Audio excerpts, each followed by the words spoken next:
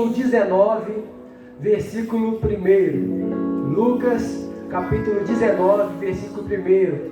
Nós vamos estar em poucos minutos aqui transmitindo a palavra de Deus. Estamos encerrando esse trabalho, vamos ministrar a palavra do Senhor. Se você puder nesse momento parar o que você está fazendo, talvez você está mexendo aí no seu telefone, está acessando uma rede social ou assistindo televisão, deixa eu te dizer, não há nada mais importante que você possa fazer do que parar tudo que você está fazendo e se assentar para ouvir o Pai que está no céu falar ao seu coração, porque só Ele tem palavras de vida eterna para mim e para você.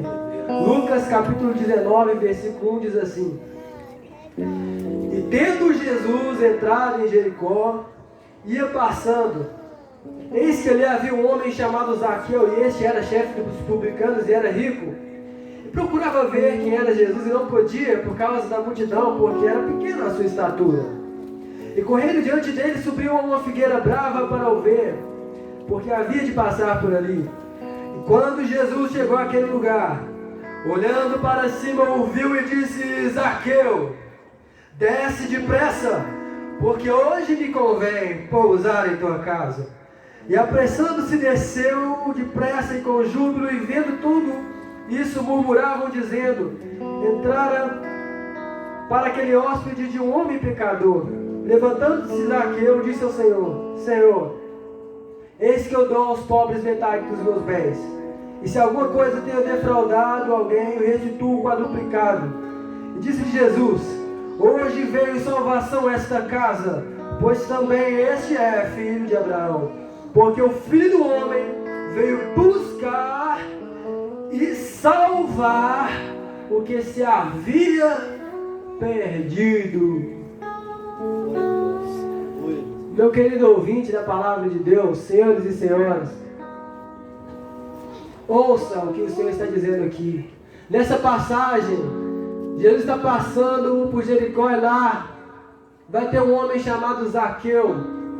Zaqueu era chefe dos publicanos. O que era um chefe dos publicanos? A gente pode conhecer hoje como um político que era acusado de corrupção. Ninguém gosta de um político, ninguém com a sua mente funcionando bem gosta de ser roubado. E Zaqueu era considerado um fariseu, um corrupto, e ele era odiado pela sociedade. Era um rapaz pequeno. E quando ele ouviu falar que Jesus estava passando na sua cidade, ele subiu numa figueira cheia de espinhos para ver quem era Jesus, porque Jesus já era famoso na cidade. E quando ele sobe naquela figueira, ele queria a oportunidade de ver Jesus. Jesus para e olha para cima e chama ele pelo nome, diz: Zaqueu, desça depressa, porque hoje eu vou dormir na sua casa. E Zaqueu desce depressa. E todo mundo começa a murmurar, porque ninguém gostava de Zaqueu. Talvez as pessoas desejavam a morte de Zaqueu, porque ele não era uma pessoa boa.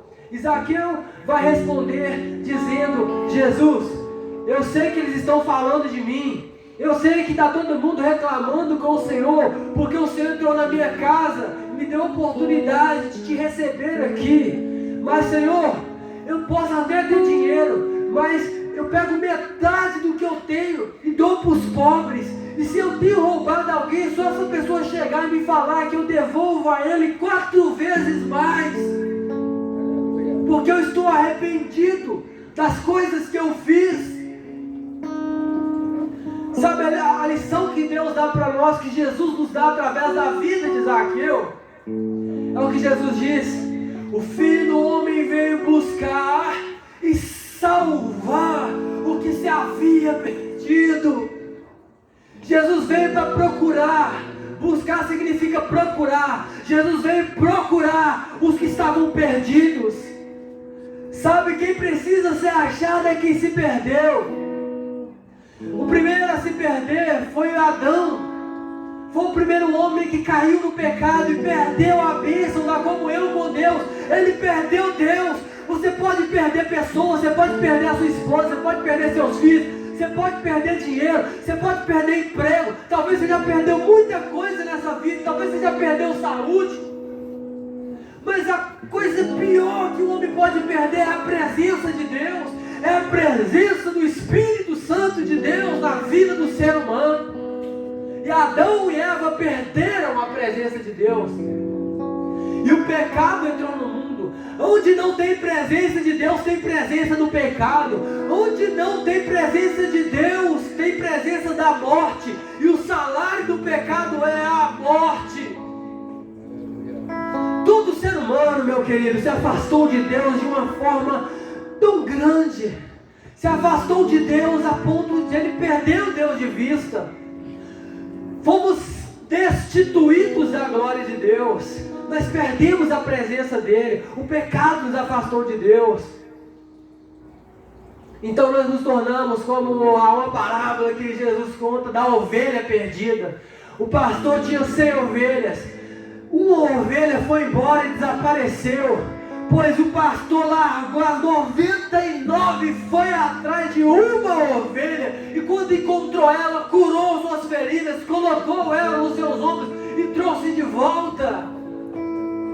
Porque o Filho do Homem veio buscar, procurar e salvar o que se havia perdido. Quando Adão e Eva pecaram, entrou o pecado no mundo e entrou a morte. Todo mundo tem medo de morrer. Sabe por que a morte assombra o ser humano? Sabe por que a gente tem medo da morte? O futuro de todo mundo é a morte, mas todo mundo tem medo de enfrentar e passar por ela. Porque o ser humano não foi criado para morrer. O ser humano foi criado para viver. Mas o pecado trouxe a morte ao mundo. É por causa que o pecado entrou no mundo que todo mundo vai passar pela morte. Há uma tumba fria esperando por nós, por causa do pecado e da corrupção. Todo mundo, a gente está vendo mortes em massas pelo mundo. Todo dia você liga a televisão para que esse jornal vê o número de pessoas que têm morrido. Tudo isso é consequência do pecado e todos vamos morrer um dia.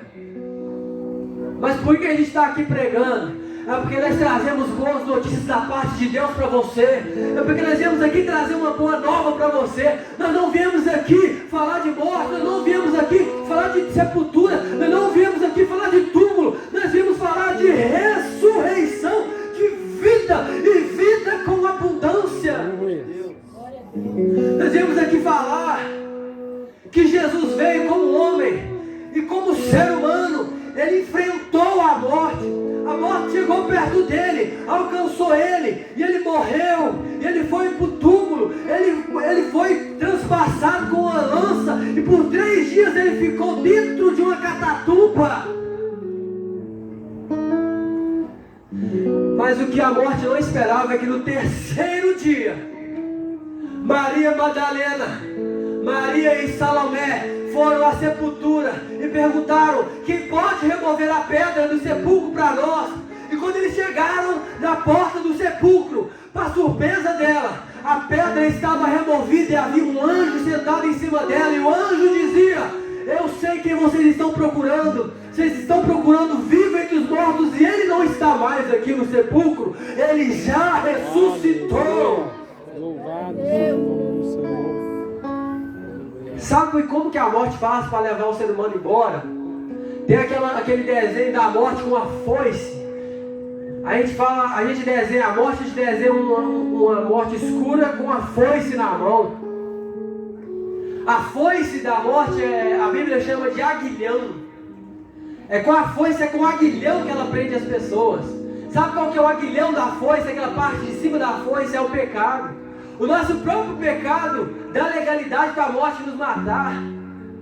Mas em Coríntios, Paulo diz que quando Jesus morre e ressuscita, a Bíblia diz: tragada foi a morte pela vitória.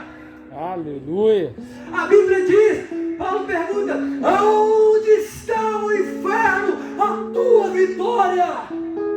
Aonde está a morte, o seu aguilhão? Porque o aguilhão da morte é o pecado, mas ele foi quebrado. O aguilhão do pecado foi quebrado. Jesus venceu o pecado, Jesus venceu a morte e ressuscitou. E ele pode nos dar vida eterna e vida com abundância. E Jesus vem dizendo: eu sou a ressurreição e a vida. Talvez você diga, não, eu conheço o meu parente que é evangélico, que é cristão e faleceu. Irmão, Jesus disse, eu sou a ressurreição e a vida, e aquele que crê em mim, ainda que esteja morto, viverá. Aleluia. Ainda que esteja morto, viverá. O que eu devo fazer então para eu ter vida eterna, pregador? A Bíblia diz que o homem, Jesus disse que o homem deve se arrepender. Sabe por que Zaqueu foi salvo? Porque ele entendeu que ele precisava ser salvo. Nunca será salvo aquela pessoa que diz, não, eu não faço nada de mal. Não, a minha vida é perfeita. Não, eu nunca roubei nada de ninguém. Não, eu não bebo. Não, eu pago as minhas contas. Eu não devo nada a ninguém. Não, eu tenho a minha religião. Não, eu já frequento a igreja. Não, eu tenho uma Bíblia aqui em casa. Eu faço as minhas orações em casa. Nunca será salvo quem não reconhece que precisa ser salvo. Zaqueu reconheceu. Zaqueu se humilhou. Para qualquer pessoa ser salva, ela precisa se arrepender e acreditar no Evangelho. Foi lido aqui na palavra inicial. Arrependei-vos e acredite no Evangelho. A segunda coisa que é preciso é ter fé. Você precisa acreditar nas palavras de Jesus. Você precisa parar de ficar ouvindo o que os homens dizem, o que homens ateus dizem, o que filósofos dizem. Eles não podem te dar palavra de vida eterna. Aleluia. Você precisa parar de ficar ouvindo o que pseudos intelectuais estão falando para você.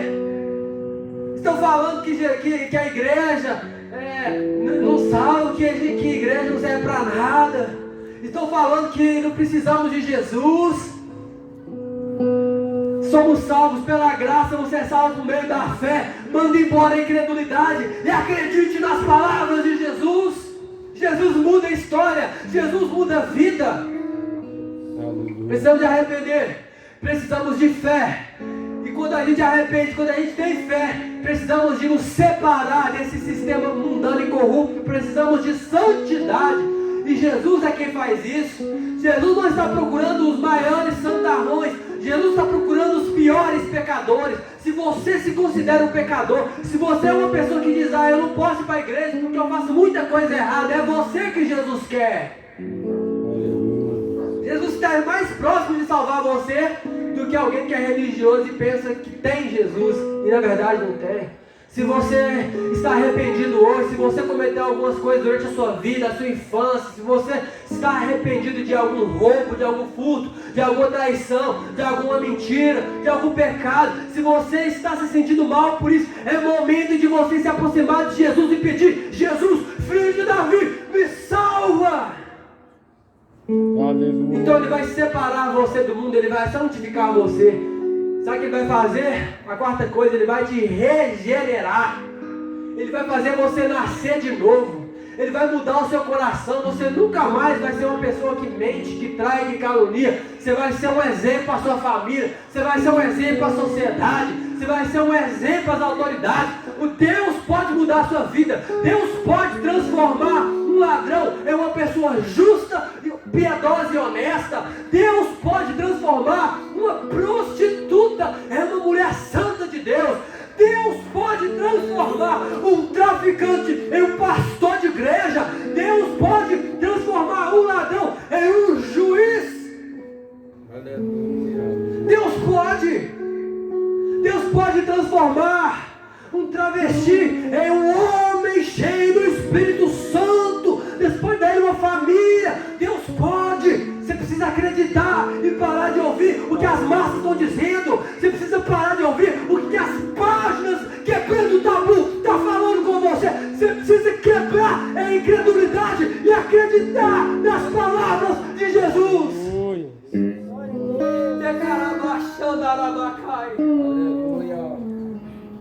E depois de tudo isso, Ele vai santificar.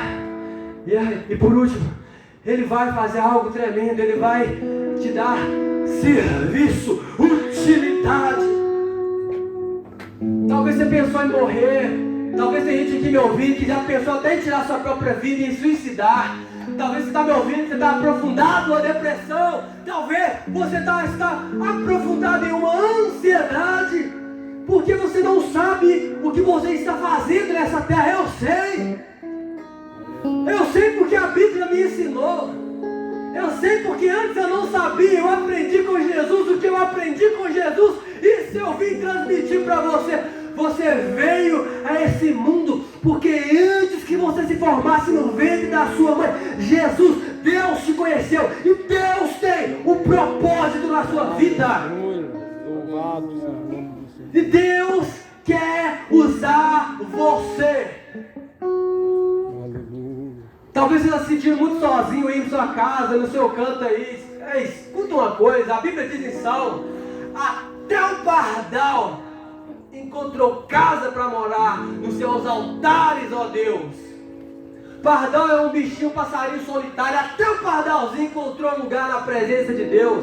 Jesus disse: o que vem a mim, de maneira nenhuma eu lançarei fora, de maneira nenhuma. Aleluia. Sabe o que Deus vai fazer? Ele vai apagar os seus pecados, lançar no mar do esquecimento, e Ele vai dar vida nova para você. Aleluia. Ele vai dar vida nova para você. E nós vamos orar nessa noite. A minha oração não pode sozinha mudar a sua vida. A sua oração pode mudar o seu destino agora, se ela for feita com sinceridade. Eu quero convidar você aí na sua casa a dobrar os seus joelhos, aí dentro do seu quarto. Procura um lugar aí, perto da sua cama, na cozinha, no banheiro, aonde for. Dobre os seus joelhos e ore conosco. Nós vamos estar orando.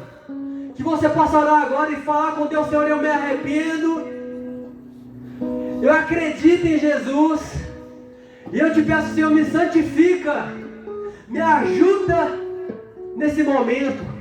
Senhor, eu quero nascer de novo. Eu já nasci da carne, agora eu quero nascer do Espírito. Aleluia. E Deus vai regenerar você. E peça: Senhor, eu quero ser útil na sua obra. Deus vai te dar utilidade. Deus vai revelar para você o propósito dele na sua vida. Aleluia. Nós vamos orar agora. Aleluia. Nós vamos estar orando.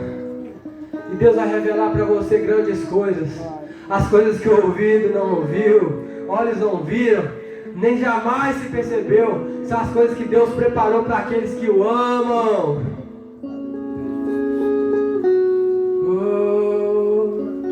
Oh, impressionante é o teu amor, Jesus. Oh, Jesus, impressionante é o teu amor. Oh, em meu nome falarão novas línguas, expulsarão demônios, imporão as mãos sobre os enfermos e os curarão. Se você está enfermo aí na sua casa, Jesus quer curar você. Ah, Pai, nós oramos. Pai, que nessa noite, onde houver uma alma se prostrando e se arrependendo, visita essa alma agora e traz perdão, Senhor. Traz arrependimento. Espírito Santo, toca, Espírito Santo. Onde houver uma alma em depressão, pega pela mão, Jesus, arranque-la da lama do lamaçal do pecado e da depressão e traz a ela alegria e paz espiritual em Deus. Onde houver alguém, Senhor, com gripe, com sintomas de Covid, com câncer, com AIDS, com problema na coluna, com fraturas expostas, onde houver uma pessoa cancerosa, maligno ou benigno, Deus, estenda as suas mãos e cura. Onde houver alguém, Senhor, com o coração cheio de culpa, porque matou alguém, porque traiu a esposa, porque desonrou os pais, porque roubou, porque furtou, porque assaltou, porque mentiu, Pai, convence-o do pecado e traz perdão. Faz chover misericórdia, faz chover graça, faz chover graça, faz. Oh, meu Pai, oh